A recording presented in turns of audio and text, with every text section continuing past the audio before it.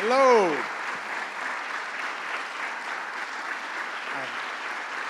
Good afternoon. Good afternoon. And it is a good afternoon. First, it's my pleasure to be here, and what a great institute we're at. Let's thank Anna D'Ambrosio for her hospitality today at the Munson Williams Proctor's Art Institute. Isn't it great to be here? Thank you, Anna.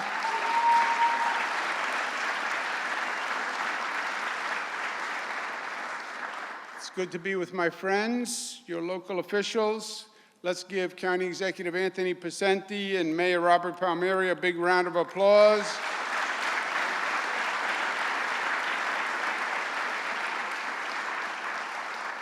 I brought with me the Mohawk Valley jewel, Rowan Destito.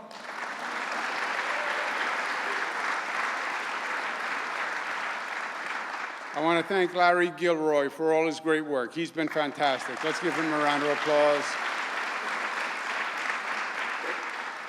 And my colleagues from Albany, without whom nothing happens, Senator Joe Griffo, Assemblywoman Button Schoen, and Assemblyman Brian Miller. Thank you very much for being here today. Well, it's a pleasure to be back and not right in the middle of the floods. Mother Nature, I don't know what we did along the way, but we did something. And we have a pattern of extreme weather. It's all across the nation, all across the globe, really. But it is devastating. These emergencies, they used to be once every few months. Then they were once every couple of months. Then they were once a month. And now it seems like almost every couple of weeks we have another situation. And we're going to have to come up with a different strategy than just dealing with them episodically. You know, what we're dealing now is we're dealing with each one as if it's an emergency. We just went through a situation with Lake Ontario where 2 years ago we had a terrible flood. I went up and they said, don't worry, this is a once in a 500-year flood. This year we had the same flood. They said, don't worry, this is a twice in a 500-year flood. I said, no, math doesn't work that way. You can't have two once in a 500-year flood. So there's a pattern of extreme weather, and we're going to have to adopt to it, and we need different measures. It's the same areas that are getting flooded over and over and over again. We're working to come up with more sustainable situations, more natural infrastructure, hard infrastructure that can hold the water back. We're going to be doing a FEMA assessment, a damage assessment for FEMA, which is the Federal Emergency Management Agency, to see if communities like Whitesboro don't qualify, because there was tremendous damage. And if we can get some federal funding, we'll put state funding together with it, and we'll actually reconfigure the community so we can deal with this in the future. And we'll be working together on that. So, but let's thank our first responders and the local officials who did a great job.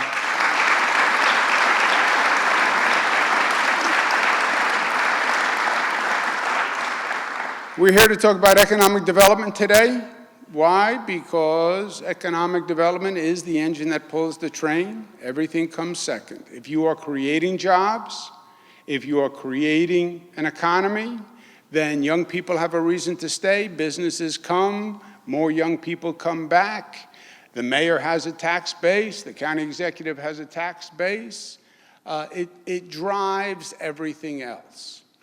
And we've been working at it for years, and it is working.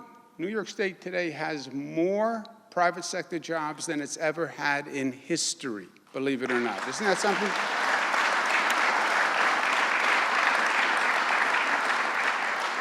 And there were two major tasks that we had to undertake. One was the state had to do work, because for many years, the state of New York was spending a lot of money and raising taxes.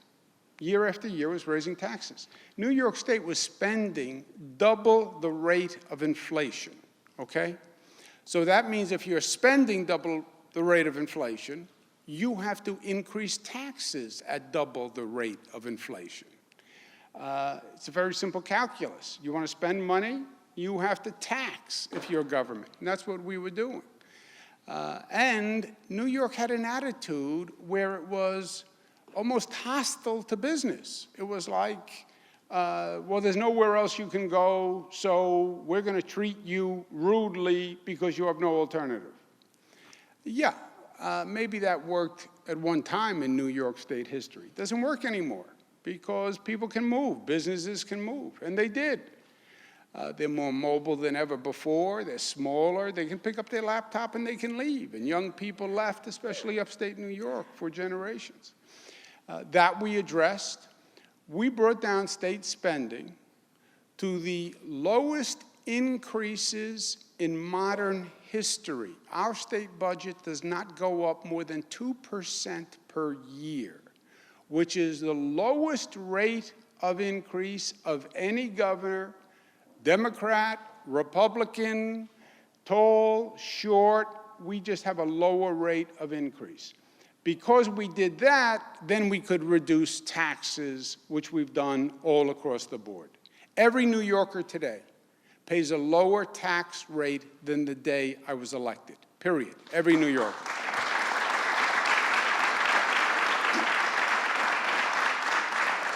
So the state got its act together. Step two was then you had to attract businesses of the new economy. What does that mean? I was in the federal government for 8 years. I was at the Department of Housing and Urban Development. Housing and Urban Development was basically the economic development agency for the federal government. And I went all across the country. I said the same thing to every city, every region. I said, look, your task is to identify what businesses are going to be developed and what your niche is in this new economy. Because businesses can go anywhere. So the hard part is coming up with what your region can do to attract business and grow with that economy. And rather than Albany sit there and dictate what is going to be done in the Mohawk Valley, we said to the Mohawk Valley, you figure it out. Because look, it's one state, but these are all different regions. New York City is a totally different economic region than Western New York, than the North Country, than the Mohawk Valley. They're all different. So yes, we're one state economy, but it's a combination of 10 very different economies. And you needed an individual strategy for each one. And that's what we did, with some big economic generators that could really start to turn the economy around, like the drone industry. We just were in Syracuse. We finished the 50-mile drone testing corridor. Sounds like a science fiction movie. Drones, they estimate to be a $43 billion global industry. There's all sorts of applications for drones. And where will that industry go? Well, to whatever region is attracting them and conducive to them. What do they need? They need a testing corridor. So we built the best drone testing corridor in the United States. It goes from Syracuse Hancock Airport to Griffiths Airport. And now we have an incubator that's bringing in all these new tech businesses. Danfoss, a big economic generator. And then the home run is Cree.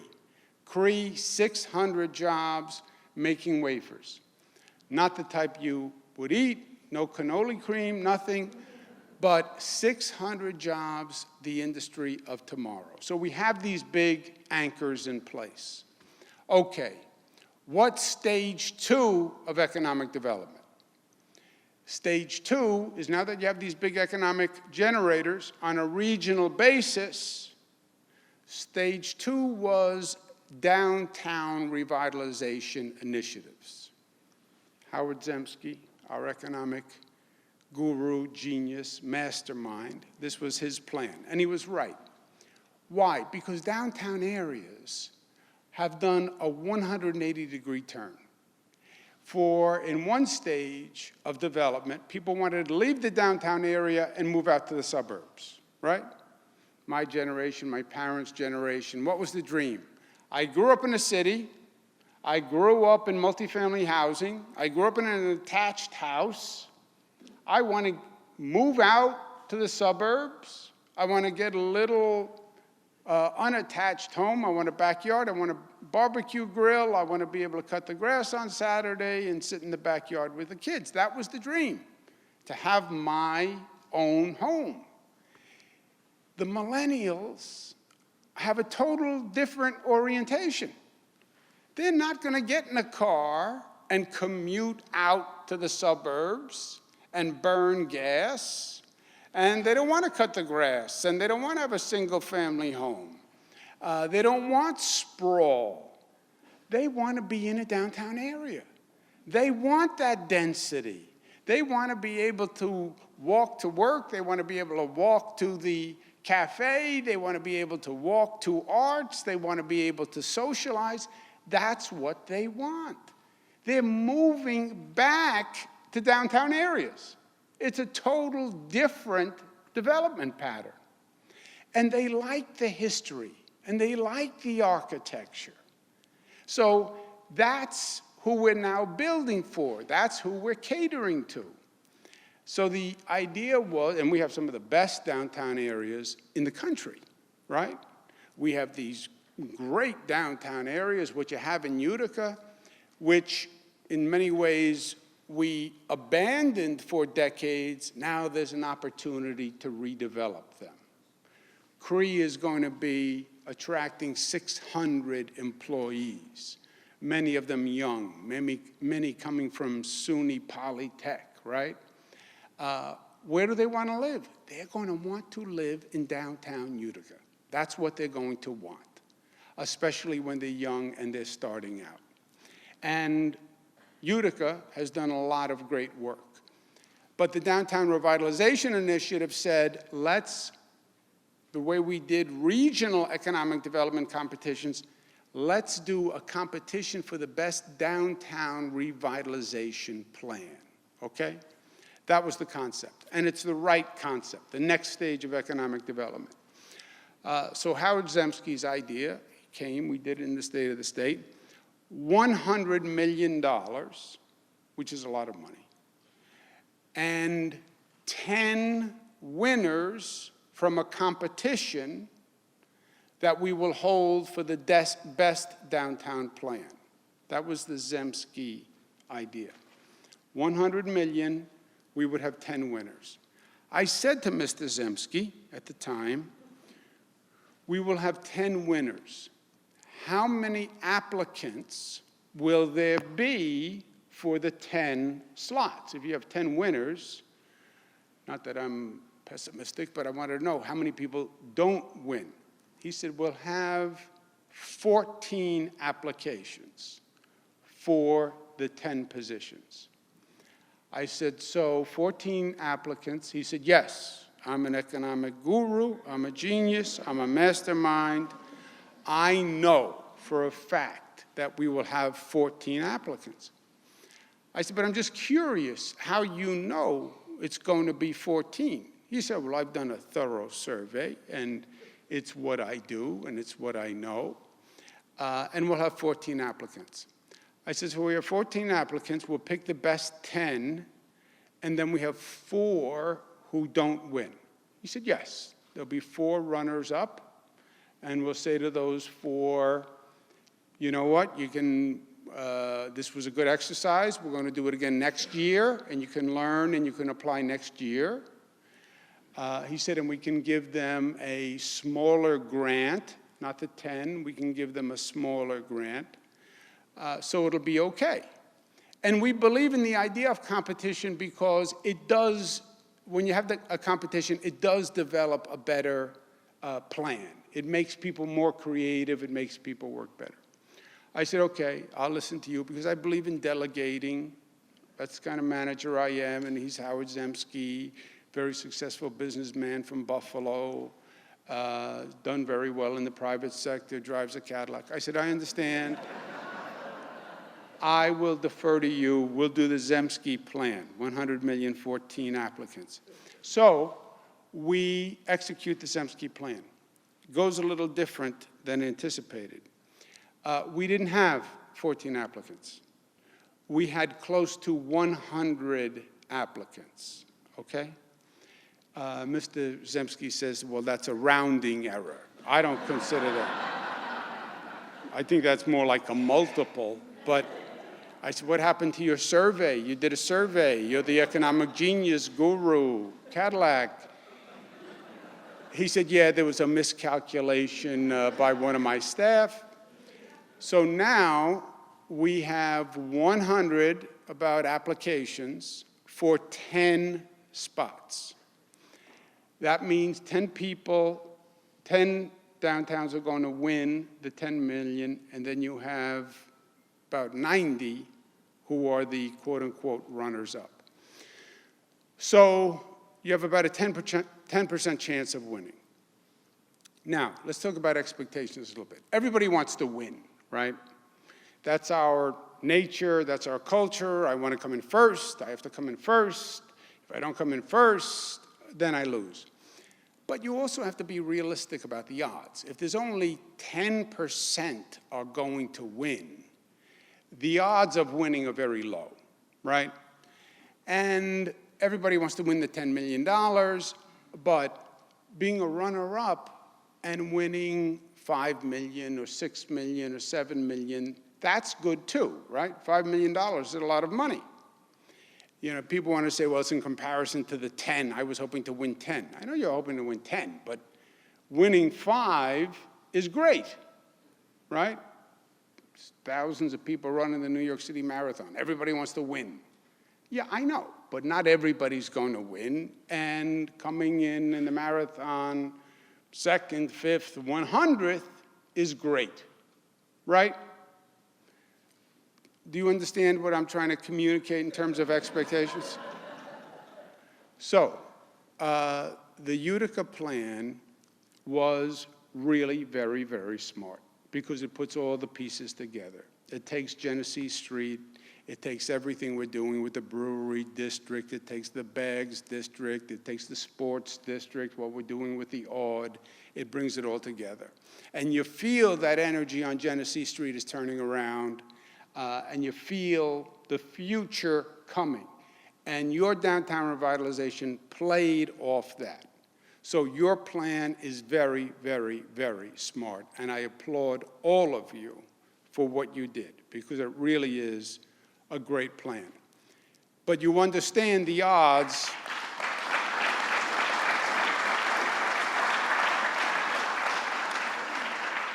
But you understand the odds and the expectation at the same time, right? And you feel the reality of the situation. So with that, it's my pleasure to announce that you have won one of the first places, $10 million. Congratulations.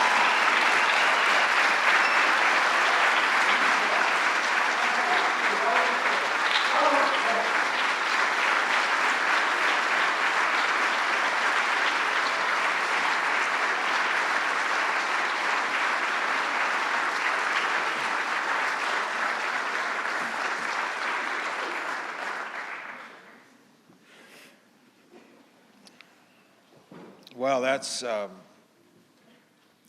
hard to follow right there. Those, the theatrics,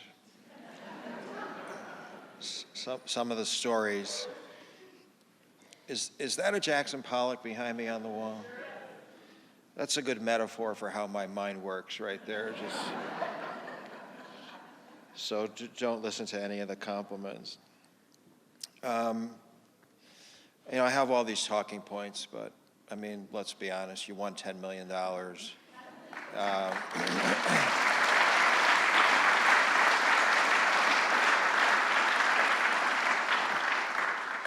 You hopefully discounted some of what the governor said leading up to that about me.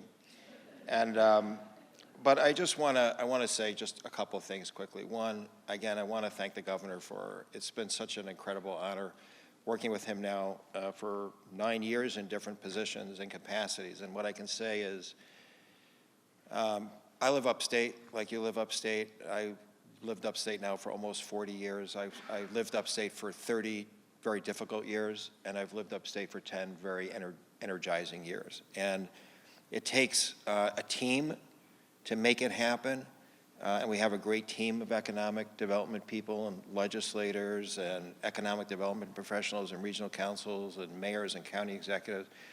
But it takes a governor. The governor can make upstate a priority. Really, only the governor can make upstate the kind of priority that we have had the pleasure of experiencing and benefiting from. So again, I want to recognize the governor for doing such an amazing job.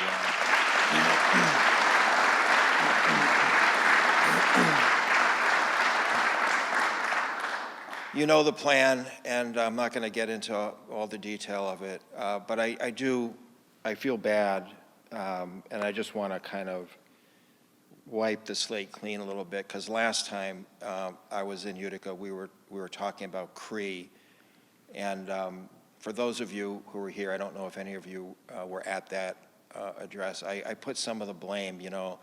We had one deal that didn't work out, AMS, and I kind of blame Steve DeMeo for that. I don't know if you remember the story of him snoring. I won't get back into that. But I made that story up, actually. That was not a true story. And I want to apologize to Steve. But I want to tell you what the true story actually was. The true story, really what happened was, it was bleak, and we were in Austria, and I knew we had very little chance. I mean, we just had very little chance at that time. So I thought the only thing that could maybe win it is if I said something profound in Austrian. But I don't speak Austrian. I did take German in high school, and you know, I thought I could pull something from the depths of my Jackson Pollock mind. I could save the day and save the deal. So I won't repeat exactly what I said, but it sounded Austrian, and it was my best attempt to say something about the gentleman who we were meeting with, whose name is Bernard, and what a saint he was for allowing us to come out to Austria and pitch us for the last time. And it turns out what I actually did say was, I hear your wife looks like a Saint Bernard. And that really did tank the first deal. And I want to apologize to Utica, and I want to apologize to Steve, because I deflected my own culpability in that, and I blame Steve. But I just want to congratulate, again, all of you. This is, I guess, you know, in fairness, Buffalo's my favorite upstate city, but right after Buffalo, it's Utica. I love Utica. It's amazing.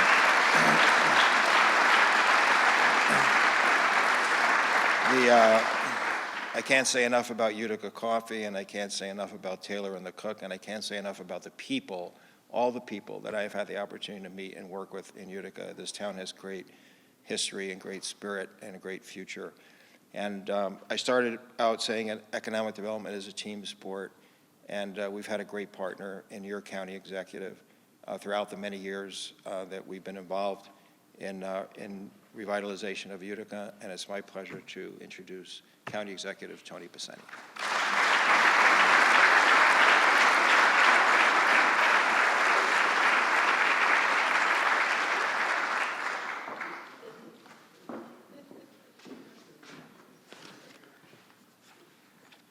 Good afternoon. Only now do I understand Howard after looking at that picture behind me. But Howard, thank you very much for your kind words and for being such a good friend to us here in Oneida County, the city of Utica and Rome, and I'm very pleased to have you here today. And to all of you, thank you for being here. To our very special guest and friend, Governor Cuomo, thank you again, Governor. Your commitment to economic development has been steadfast from the beginning, especially when you look around upstate New York and what has been happening. But nowhere is it more evident than here in Oneida County. What is taking place, not just in Utica, but in Rome, I'm pleased to join with the Mayor Izzo today, in Rome, in Marcy, throughout this county, is unbelievable. And Governor, you are transforming an entire region. You're transforming this community. The investment that the state has made, as I said, through downtown, with our hospital, with our work at the Aud, with Cree, with Rome, with Griffiths, is transformational. It's historic. What is being done here in the Mohawk Valley is historic. Make no mistake about it. It is growth and investment by a state government that has never been seen before, and in partnership with great community leaders, my colleagues on the state legislature that we work with each and every day.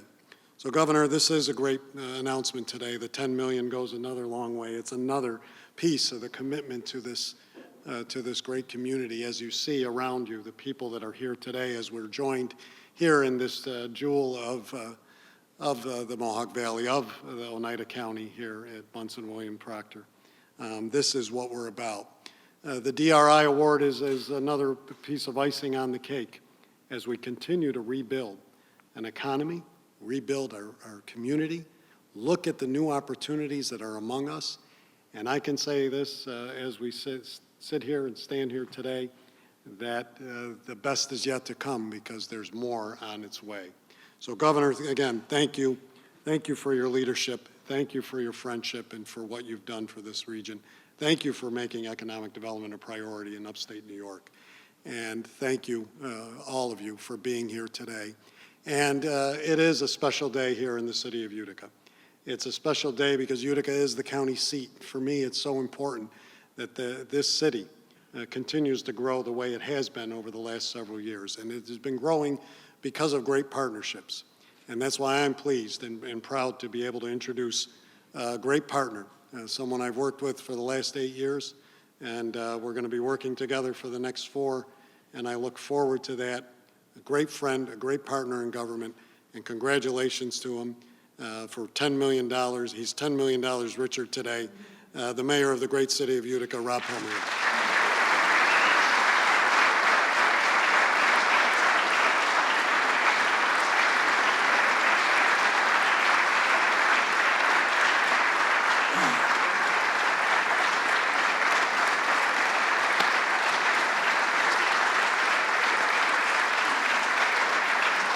So, Governor, I will not disappoint you about being excited. I want to first thank everyone for joining us today. My good friend, County Executive Tony Picenti, who we have a remarkable relationship, and I think we have seen what has transpired in this great region. And my counterpart in Rome, that parochialism is no longer there. And we look at as one. And my partners within the state, I can't say enough about you. Our city has seen exceptional growth with Governor Cuomo since he's taken office. This growth has uplifted our community in the Mohawk Valley and made Utica more attractive for our residents, for the tourists and business alike. But Utica progress has only just begun with the governor's backing and the support of the Downtown Revitalization. We are going to keep improving our community and our quality of life. Our growth has come from a number of sectors, and the governor has hit on them. Our finance, our hospitality, our culture, our experiences that are unique in Utica. On Genesee Street, we are seeing re-energized and workforce community that is poised for every aspect of development, not only from our new businesses that we're seeing and the improvement of our public spaces, but from the preservation of our historic buildings and spaces that tell a story about Utica. I cannot be happier that Utica has been selected as the winner this year on the DRI award. And I want to thank the individuals that are all part of it, because there are so many people in this room that had their hand into it. And one of the major things that we see in our great city is that we have come together as one. It's no longer parochial. It's no longer about my idea or your idea. It's about what this city has. And I am here to accept, on behalf of the mayor, from Governor Cuomo, a check. But before I accept that check and we come up here, let me say a little bit about the governor. because that is not here. That'll be coming from here. There has never been a time since I took office that I have not reached out to the governor's office and the governor, that he has not responded with help, with direction, with ideas and thoughts. And we all know we came from very difficult times in the city of Utica. If it was not for this governor, I would not be standing here today. If it was not for this governor, the city wouldn't be on the cusp of being the best little city in America. If it wasn't for this governor, the things that we talk about and the fact that we've come together with the county executive and the state elected officials and everybody in this room, he is a governor that cares not only about the Mohawk Valley region, but you see it all over. So to you, Governor, my heartfelt thanks for being who you are, letting us know that you understand upstate New York, what it means to us, and what the city of Utica has meant. We are the heartbeat of Oneida County. We are the heartbeat of New York State. And if anyone could ever turn to an area that was a rust belt and now is vibrant with so much anticipation and transformation, with all the things that have your fingerprint on, as the mayor of the city, I can't thank you enough for being who you are and what you have meant to this great city of Utica. Thank you so much, Governor.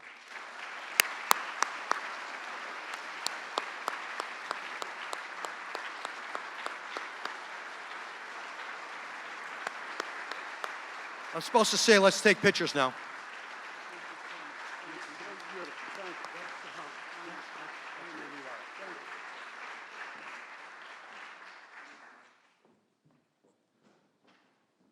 Let's keep it going, guys.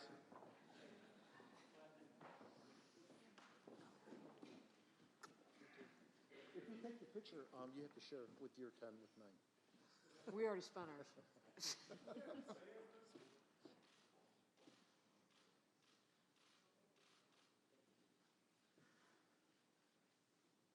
Congratulations, everyone. Congratulations.